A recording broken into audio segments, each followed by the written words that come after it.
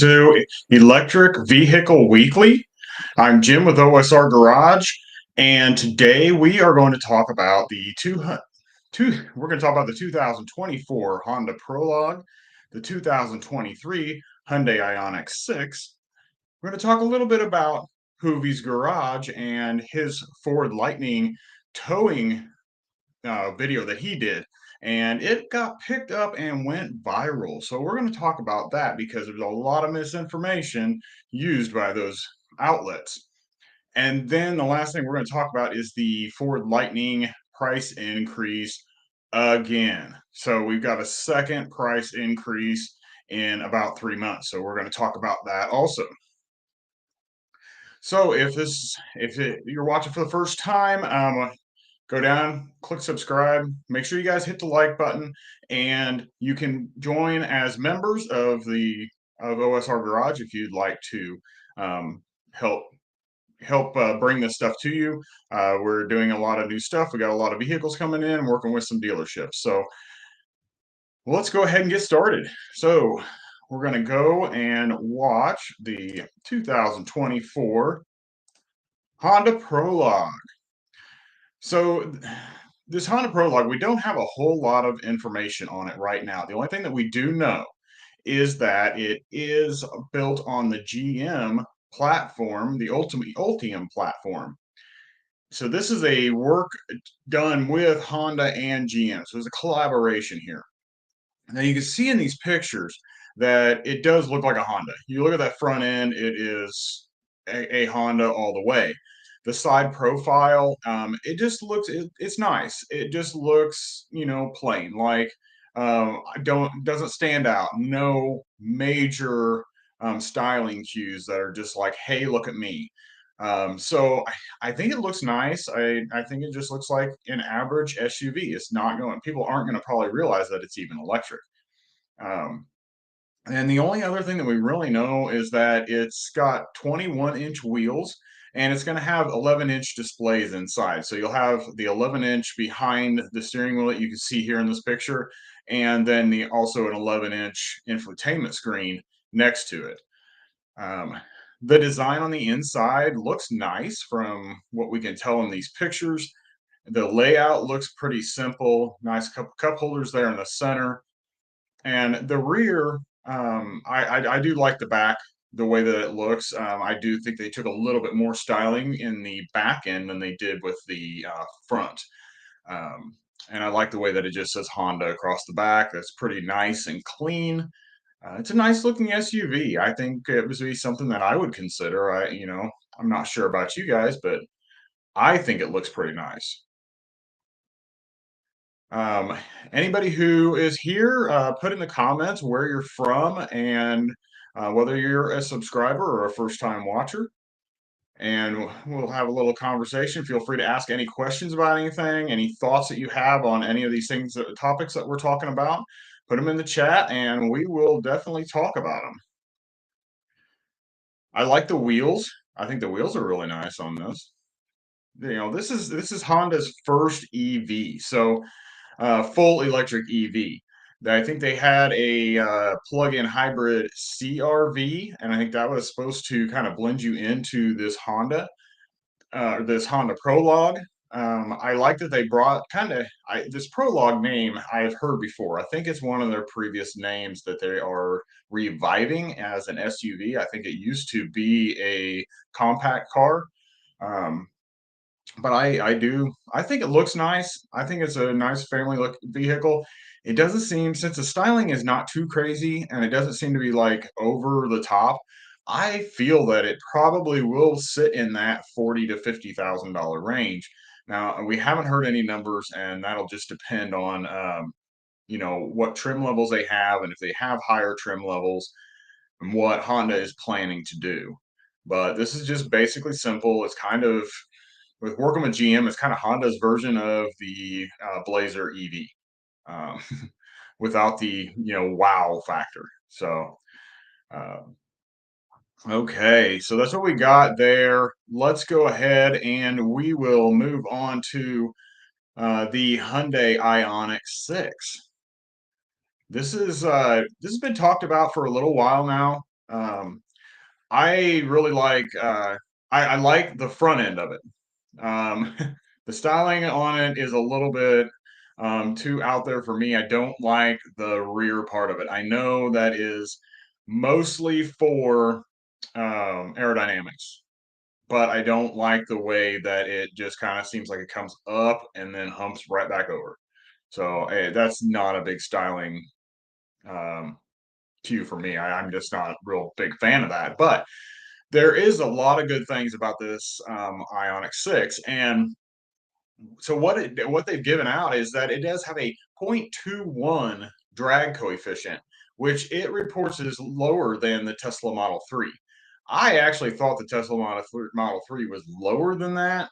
I thought it was like a 0.18, but apparently they're saying their 0.21 is lower than the Tesla Model 3. The other thing is it does have a 77.4 kilowatt hour battery. I am assuming that that's the usable amount. The battery itself is probably an 82 kilowatt hour battery, which is about standard for a lot of cars right now and SUVs. They claim that they're going to get 382-mile range. Now, this is on the WLTP test, which we all know has kind of highly exaggerated numbers. We're expecting the EPA numbers to probably come in around, I'm guessing around 320, maybe to 330, somewhere in that range. The rear wheel drive gets 225 horsepower and 0 to 60 in 7.4 seconds. And Mikey, you are right on the ball there. It does look like a Saab, and I'm going to show you some pictures because that's the first thing. When I saw the back end of that thing, I thought, that looks like an old Saab. So I'm going to bring you pictures here in just a second to confirm what you and I both think. So the rear wheel drive gets 225 horsepower, and the 0 to 60 on that is 7.4 seconds. The all wheel drive, 320 horsepower. It's 0 to 60 in 5.1 seconds. It has have four drive modes. The Eco, Normal, Sport, and Snow, which is the same that the Ioniq 5 also has. But they have added a fifth mode in there, and it is called the EV tune-up. The EV tune-up, the owner can actually go in and change how the steering feels, how the accelerator feels, how instant it is, and then they can actually change the horsepower. So it's got some customization with this car, which is pretty cool, and that kind of leads me into believing that in the future we will have some customization that we can do. That will be really cool. And it does have bi-directional charging. I didn't see anywhere about the charging speed, but I'm guessing it's probably going to be along the lines of the Ioniq 5, which I believe was somewhere around 250 kilowatts. So I think that charging speed will be about the same, but they're saying 10% to 80% in 18 minutes. That's pretty fast. That's really nice. That's cutting about 10 minutes off of most others. And that's what they've got. That's the information that I've got on that car right now. Um, what do you got here? Hammer Time says, do you like the Ioniq 6, Ioniq 5, or the EV6 more? Styling wise, I like the Ioniq 5. I think it's cool, little retro hatchback looking car, kind of what I grew up with in the 80s and early 90s. It's kind of a neat little car. The EV6, it's okay. I think I like the front of the Kia, and this Hyundai Ioniq 6, the front looks a lot like it resembles a Kia EV6 to me in the front, and then like Mikey says here, it looks like a Saab in the back. And so, speaking of that, I am going to confirm that, and let me see. When we find those pictures here, I have got right here. So that is the back end of a late 90s Saab. And That was the first thing that I thought when I saw that. I was like, that back end looks like the back of a Saab because I just remember the Saabs having that big wing on the back, and it was just like, what is that there for? And I don't understand on the Ioniq 6 why there's a like a double spoiler in the back. I mean, I'm not real sure what the point of that is either. I would think you'd either want one or none when you're looking at range and drag coefficient.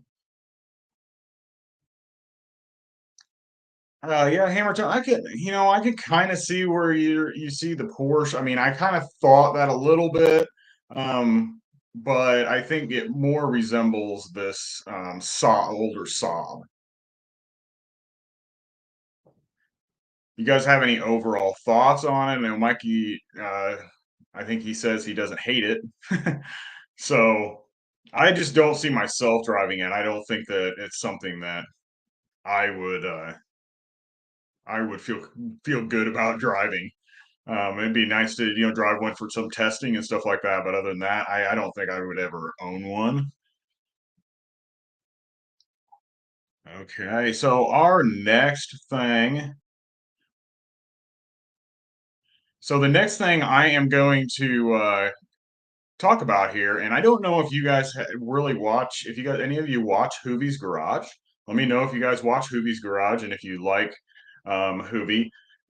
I watched his stuff early on when I first kind of started doing YouTube and seeing how popular he was and stuff. I wanted to see what was going on, how he was doing things. I was really interested.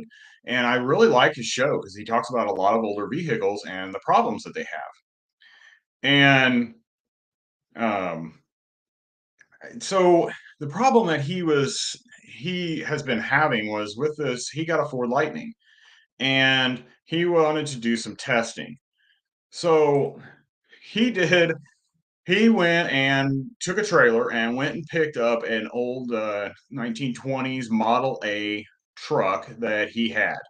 And he decided he was going to tow this back to the shop. And when he did that, he started out the day with 200 miles of range. He charged the truck up to 200 miles, and as he left, he hooked up to the trailer and started driving. Now he had a 32-mile trip one way, so 64 miles, I believe, total round trip. And when he did this trip, he was losing range massively. Now, most of us that have electric vehicles, and we also have been watching the Lightning and the electric trucks doing towing and stuff, we all know that you're going to lose about half of your range.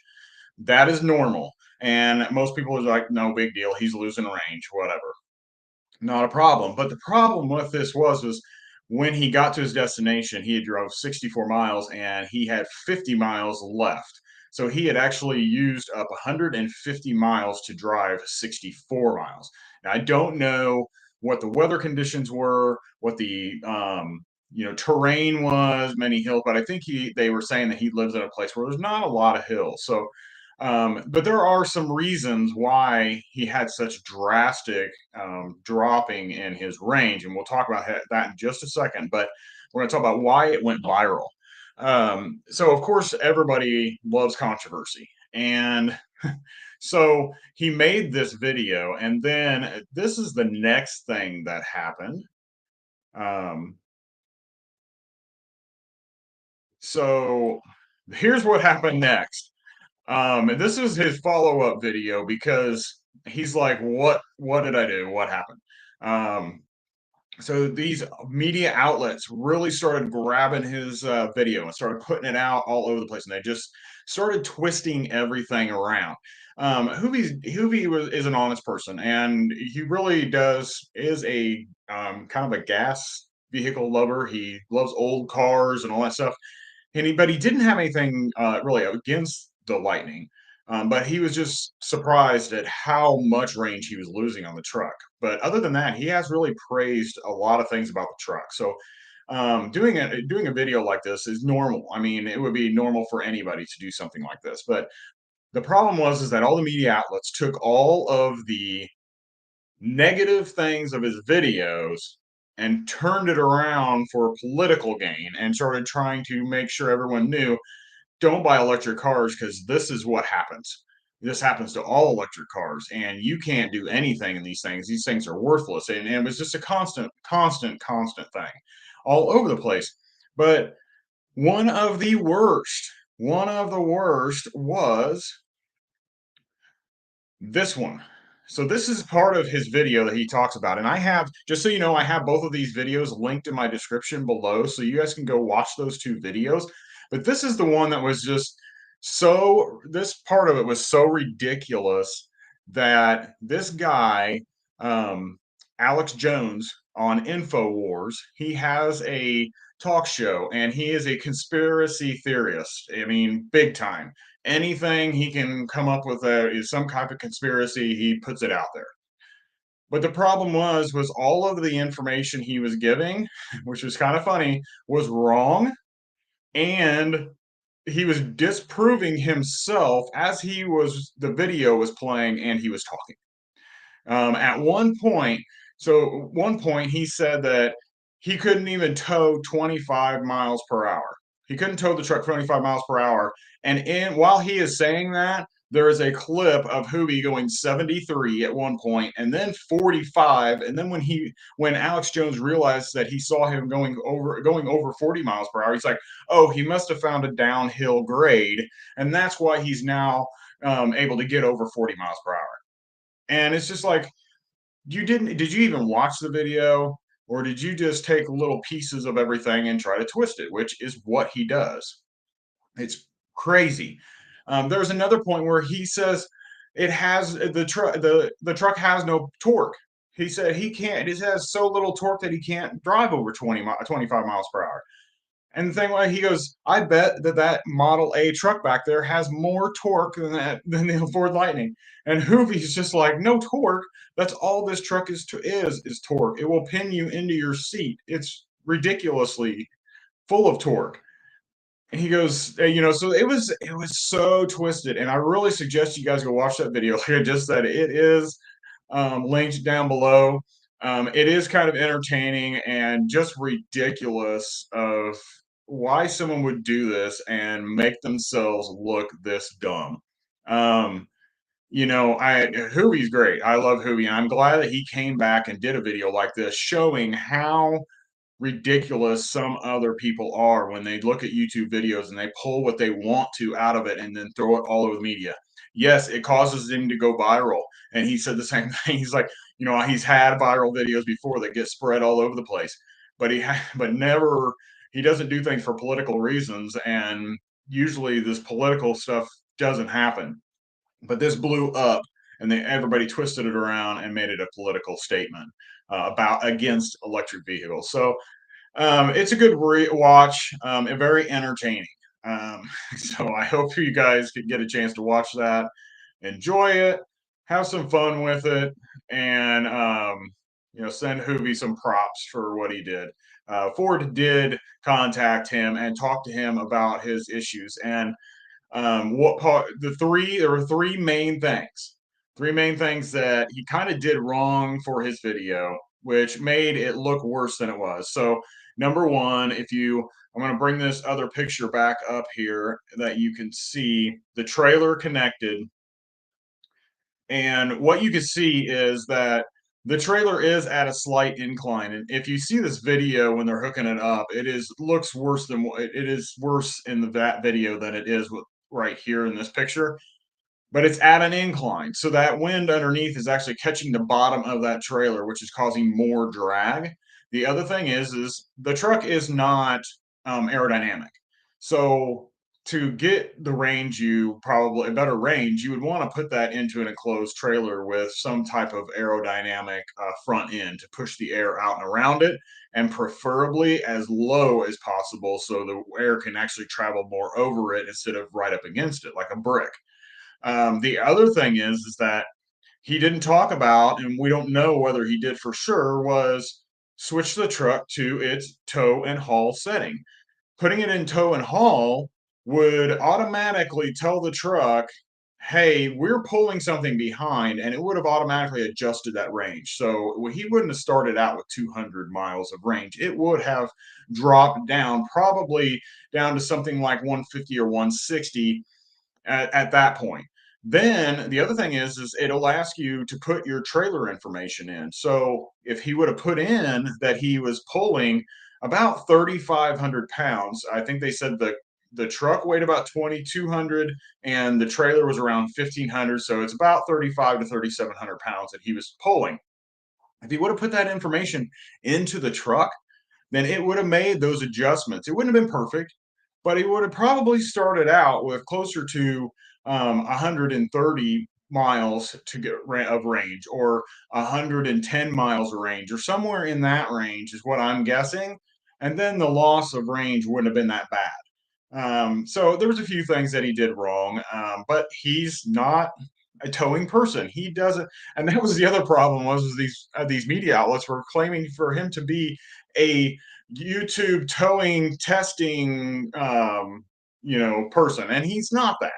He doesn't do that as he doesn't test vehicles like some of the rest of us do. He doesn't do towing tests and all that stuff. So he probably real honestly did not know exactly how to set the trailer up right, how to set the truck up the way that it needed to be set up. Just so it didn't look so drastic of a drop. The truck just thought it was just driving. It wasn't set up to be pulling something. So it made that look a lot worse.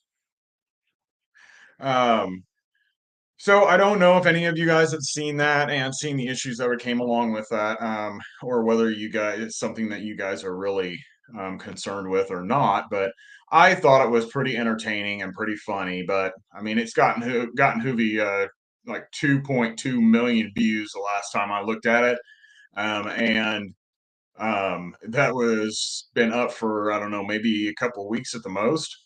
So. Okay, I got a couple of comments over here. So Mikey says he's not. It's not going. I think he's still talking about the Ioniq 6. It says not going to dissuade him from his Fisker Ocean, which same here. Still not going to give that up.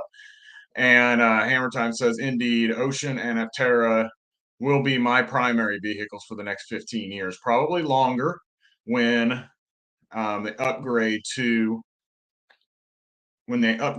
the newer version of these makers. Yeah. Um, yeah, I do like the Aptera too. I have done a video on the Aptera. It's really impressive, and I think it even has a lower drag coefficient than that. I think it's like 0.13. It's almost the most. It is the lowest, I think, other than the desert racer or rail race. I don't remember what it's called, but it's a solar car that's like almost perfectly flat. Um, so that's pretty interesting. I do likes it, looks of it. The other thing is I don't know. The Nimbus is a pretty interesting vehicle too. So you guys might kind of take a look at that. If I've got a video on the Nimbus up also. So the last thing we are going to touch on today before we go into any questions or comments, and then I'll just kind of discuss a few things that are going on here at OSR Garage. Here is the last thing, and it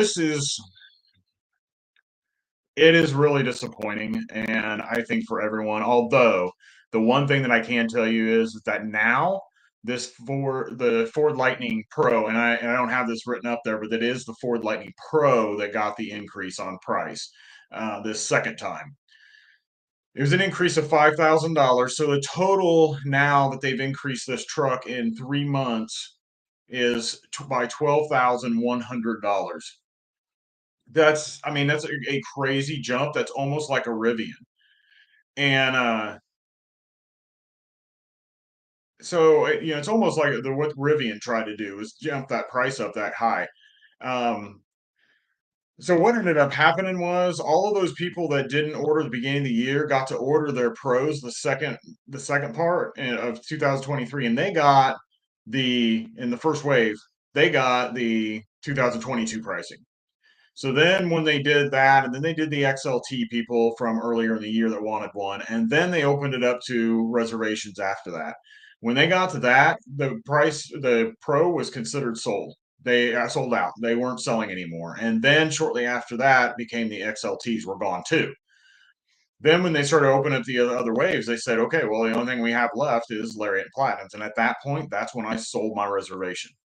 Just got rid of it. I was just like, I'm not going to use it. So the dealership wanted to buy it. So I sold it to them. But then, and that was after the price increase. So I was still willing to get a Pro. And then when I wasn't able to get one, we went through that scenario. Of course, you got a whole video on that. And then we find out that, they might be opening the Pro and XLTs up later in the year for purchase. So we're like, okay. So then some people, I think, were kind of holding on to the reservations, thinking, okay, well, I'll just wait, and then it'll be a year or so before I get it, but I'll just wait so that I can order it because that's really what I want. And then we find out now that they are raising the price of the Pro another $5,000.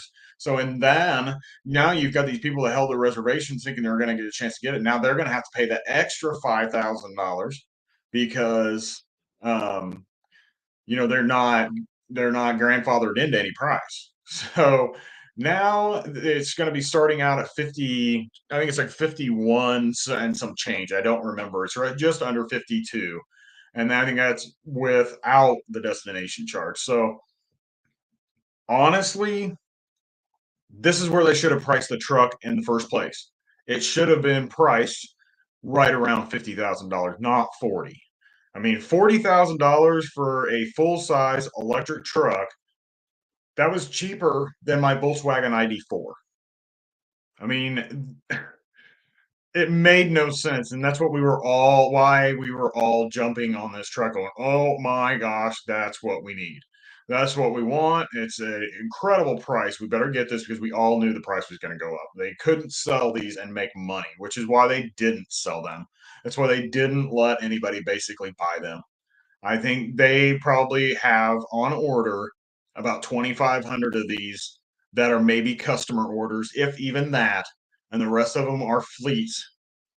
The rest of them are all fleet orders for the pros, and XLTs are probably the same way. They're probably going to jack the XLT price up too before they release them open again to order. I bet it goes up at least another $5,000 or $6,000 too. I mean, that's my expectation. So I'm glad that I don't have to deal with that anymore. Um, so that's pretty much all of that I have to talk about on that stuff. So now we'll just kind of talk about whatever you guys want to talk about. I see Mikey says, what happened to Alpha Motors? Really, I haven't looked at too much. Heard someone mention Alpha Motors not too long ago, but I really didn't take a chance to look at them yet. I will write that down and keep that, and I will check on Alpha Motors and see what's going on there. The Nimbus, Hammer Time says the Nimbus is a one-seater that claims to be a two-seater, basically. I have seen pictures and videos of two people in it. I don't know what the comfort-wise is. I don't know how much room there actually is in there. But I am just looking at it more for myself and not me and my wife. And maybe if we fit fine in there, that's fine. But I'm looking at it maybe for me to just run back and forth to work. I have just a 30-mile round trip back and forth to work. So it would be simple for me to just run that over there and come back each day. Just have to probably park it on days that it's snowing or ice or really bad weather. But other than that, then I wouldn't have to, get my truck out and drive it. Um, Hammer Time, what do we got here? Hammer Time says, you think the price of the Cybertruck will be higher than the base price of the Model Y? Seems inevitable. I liked it at 40,000. So now I don't know about talking about the Cybertruck because it doesn't exist. It was announced well before the Ford Lightning, or well before any of these other vehicles, and the only one we've only seen one, and that's the one Tesla shows every once in a while driving around. So I can't really put a price on that thing. I could just about guarantee it's not going to be 40,000. I would expect the base model probably to be more like 60,000, but it will also depend on where these other base trucks kind of line out at. If the base on the Ford is going to be 51, if they don't raise it again before the Silverado comes out, you know Chevy's going to come in and butt themselves right down underneath Ford. So if Ford's at 51, they're probably going to come in at like 49, 9, 500. I don't know. 49.9 or something like that. They're just to be under Ford, even though they've got theirs listed at 40,000 too. Um, so what I think has happened is that the Cybertruck was the first one announced, and they said $40,000 is going to be the price. So then I think everyone after that has tried to stay under Tesla, thinking we're gonna get these out here before Tesla and cheaper than Tesla is going to do it. And now I think Tesla's just kind of sitting back and kind of laughing like we weren't even going to put it out yet. We aren't even ready to put it out, and here they're all trying to undercut us. It's pretty entertaining. And they probably Ford realized really fast that they were going to lose money, and we're like, we're only selling a certain amount of these. We're not unloading all of these trucks to anybody who wants them because 200,000 reservations, we know I will just about guarantee you at least 50%, probably closer to 70% of the people who reserved that truck wanted the Pro because they knew how much value that $40,000 was going to get you. And Ford realized really fast we can't sell all these. So we're going to cut them off before everybody tries to buy them and we lose our butts on this. So yeah, so I don't see the Cybertruck coming in under that. I think the Cybertruck's probably going to be 60 by the time it comes out, whenever we see it come out. I don't know when it's going to be. 2 years, 5 years, hard telling. Um, Silverado, I don't have a reservation on Silverado. It wasn't something that I was really interested in. I am a little bit more of a Ford person than I am a Chevy person, but the main reason was that the Chevy doesn't look like a Silverado. If it looked like a Silverado, I probably would have had a little bit more interest in it because right now it looks like an Avalanche. And I wish they would have just named it the Avalanche. And I know they were using the Silverado with the E and silver in blue. They could have done the same thing with the Avalanche and just had the last E like big and blue or something like that. It would have been pretty cool, I think. Um, so that's kind of my thoughts on that. I plan to put a reservation down on the Ram EV when it comes. So hopefully we get to see that soon. We should be seeing something about that in around November. And then I'm going to pop up a picture of here. I was going to tell you guys, what was going on at OSR Garage, and here is what is going on. Let me see if I can pull this picture, show you guys a couple pictures here. So this is what I got for the weekend. I was able to borrow this for the weekend and do some videos and some testing and stuff on it. It was an awesome truck.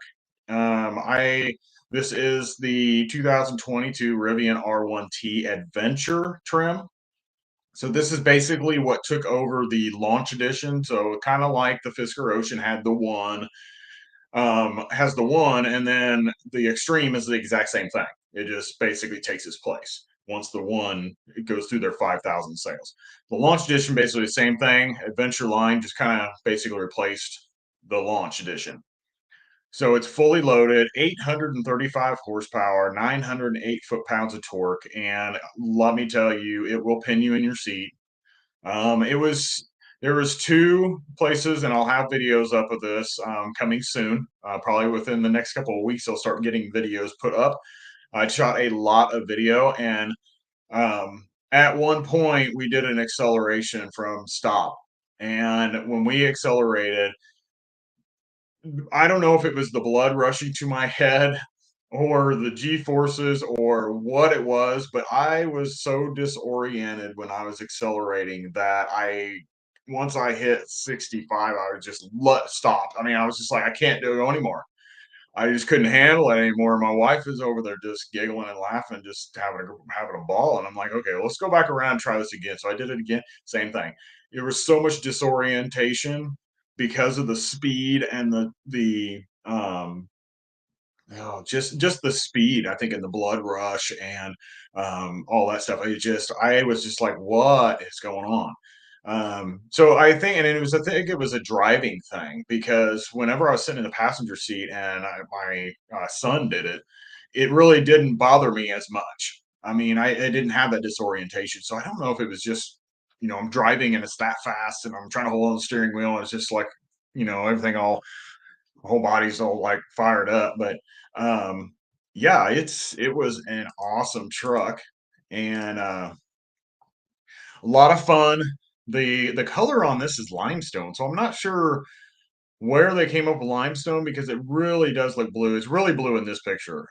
It looked like more of a grayish blue. It looks a lot lighter than that, but I don't know. It was fun. We've had it for the whole weekend, driving it around, just kind of doing the everyday family things that you do, and got a lot of video out of it. Anything specific you guys want to talk about?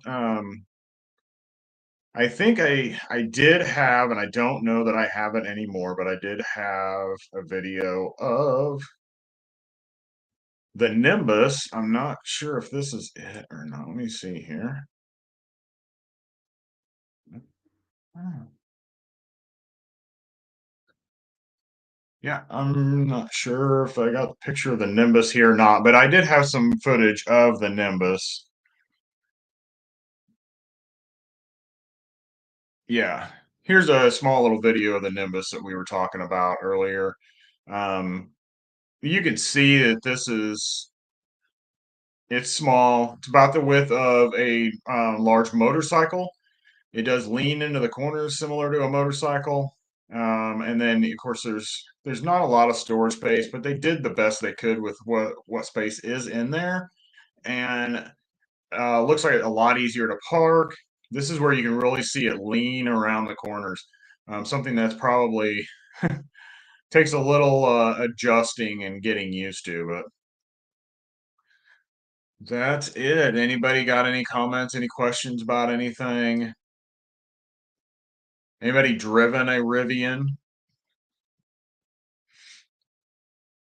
Let's kind of wait around and see if you guys got any questions. If not, so hammer time. And Nimbus has a good starting price, but other than that, it sucks unless you care about its efficiency. Yeah, I mean, I the price is a good starting price, and it is good. It is a good price to be running around, and even the one that the Nimbus One S, which is their higher battery pack and higher speed, because the original one it is a top speed of 50 miles per hour, and you get about 93 miles out of the range on the batteries. But the cool thing is, and they showed in that video, is you can pull those battery packs out, and you can take them inside and charge them. So you don't have to plug it in at night outside. You can, but you don't have to. And plugging them in overnight, it just takes about 5.5 hours, and it'll charge those batteries up. If you use a 240 volt plug-in the vehicle itself, it cuts it into about an hour and a half.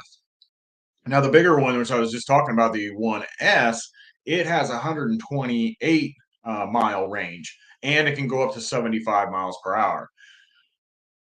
That little thing, I am not so sure that I would probably push. I probably would a couple times just for fun, push it to that 75 just to see what it feels like inside that little thing.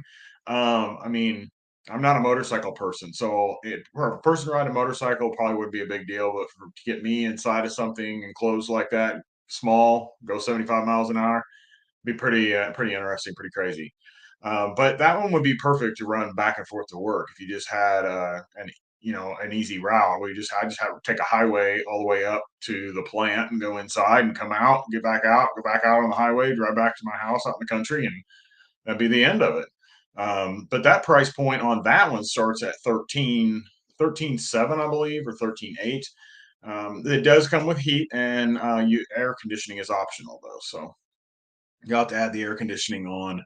And think there's something else that can be added onto it. I don't remember what it was right now, but it would still be under 15,000 for that higher end one that would actually have more range and more highway speeds. Um, Okay, so if that is all the questions or comments that we have today, then we will wrap this up, and I will see you guys next week. Just so you know, they I am going to be on with Larry Lynch tonight, so there will be another live stream airing later tonight. We're going to be talking about more electric vehicle stuff. It'll be coming on Larry's side. I'll have a stream on mine also. But I'll be with talking with Larry Lynch and Joseph Herzog tonight on their live stream. So hope you guys were able to come and see that tonight too. And which probably should be a little bit of fun. And I will see you guys later. Thanks for being here. Appreciate all of you. Don't forget to click subscribe.